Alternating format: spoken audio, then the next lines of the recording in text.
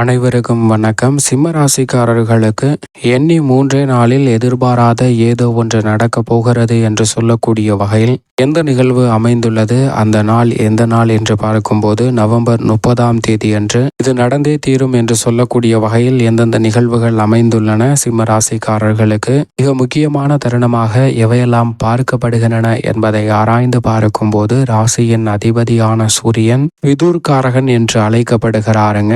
அவரும் மாதுர்காரகன் என்று அழைக்கக்கூடிய சந்திரனும் இணைந்து இந்த வேளையில் சுகஸ்தானமாகிய 4ஆம் இடத்தில் இணையும் போது அமாவாசை தினமானது நவம்பர் 30ஆம் தேதி வருகிறது. அன்றைய தினத்தில் வித்யாகாரகரான புதனும் சுகஸ்தானத்தில் இணைந்திருக்கிறாருங்க. சூரியன், சந்திரன், புதன் ஆகிய 3 கிரகநிலைகள் இணைந்து அமாவாசை தினத்தை ஏற்படுத்தக்கூடிய இந்த வேளையில் நிச்சயமாக முன்னோர் வழிபாட்டையும் பித்ரு கர்மா, பித்ரு தோஷம் என்று சொல்லக்கூடிய இந்த தோஷத்தை நிவர்த்தி செய்யக்கூடிய வகையில் அமாவாசை வழிபாட்டை மேற்கொள்வதன் மூலம், விரத வழிபாட்டை மேற்கொள்வதன் மூலம் பல்வேறு வகையான தடைகள் தங்களுடைய வாழ்வில் இருந்து விலகி மிக சிறப்பான வளர்ச்சியும் முன்னேற்றமும் நிறைவாக கிடைப்பதற்கான யோகம் நிச்சயமாக உங்களுக்கு கிடைக்கும் என்பதில் சந்தேகமே இல்லை.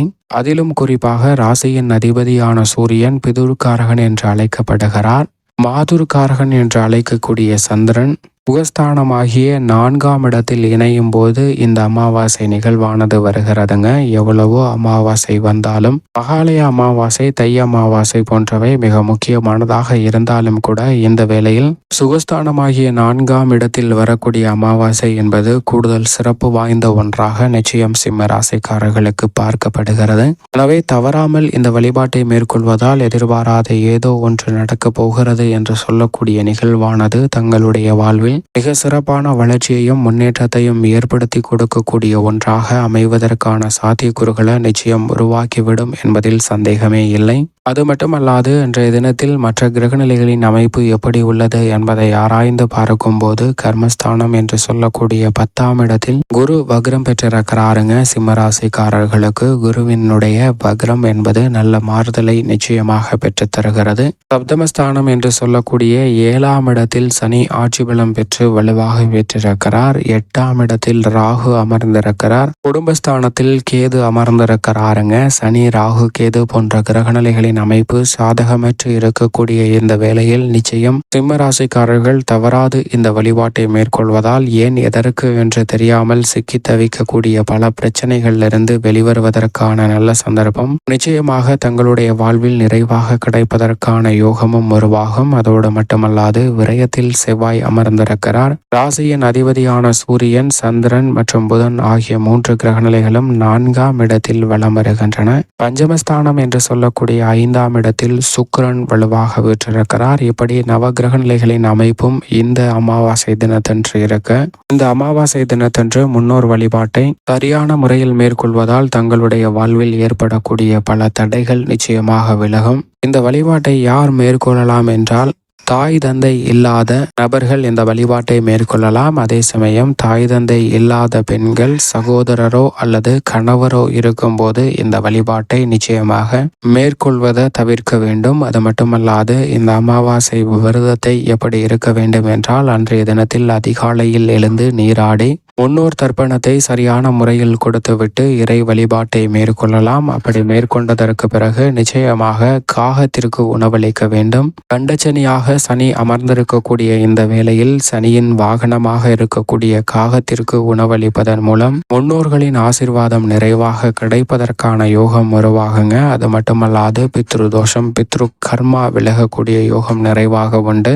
இந்த வேளையில் பல்வேறு வகையான நல்ல முன்னேற்ற வாய்ப்புகள் கிடைப்பதற்கான சாத்தியக்கூறுகளும் உருவாகும். ஏனென்றால் மனித வாழ்வில் வளர்ச்சி பெற வேண்டும் என்றால் பல்வேறு வகையான யோகங்களும் அதிர்ஷ்டங்களும் தான் தங்களுடைய வாழ்வில் மிக சிறப்பான வளர்ச்சியையும் முன்னேற்றத்தையும் பெற்று தருகிறது. அதே போன்று பல்வேறு வகையான தோஷங்கள் நீடிக்கும் போது பல சிரமத்தையும் சிக்கலையும் சந்திப்பதற்கான சூழல் உருவாகும். அதில் மிக முக்கியமான ஒன்றாக இந்த பித்ரு கர்மாவும் பார்க்கப்படுகிறது. எனவே பித்ரு கர்மா நீங்கி, பித்ரு தோஷம் நீங்கி நல்ல முன்னேற்றம் பெற வேண்டும் என்றால் இந்த வழிபாட்டை நிச்சயமாக மேற்கொள்ள வேண்டும். அப்படி இந்த வழிபாட்டை மேற்கொள்வதால் தங்களுடைய வாழ்வில் சந்திக்கக்கூடிய திருமண தடைகள் முற்றிலுமாக விலகும், குழந்தை பாக்கியத்தில் இருக்கக்கூடிய தடைகள் விலகும், பெரிய அளவில் இருக்கக்கூடிய பொருளாதார ரீதியான நிதி சார்ந்த சிக்கல்கள் விலகுவதற்கான யோகம் உண்டுங்க.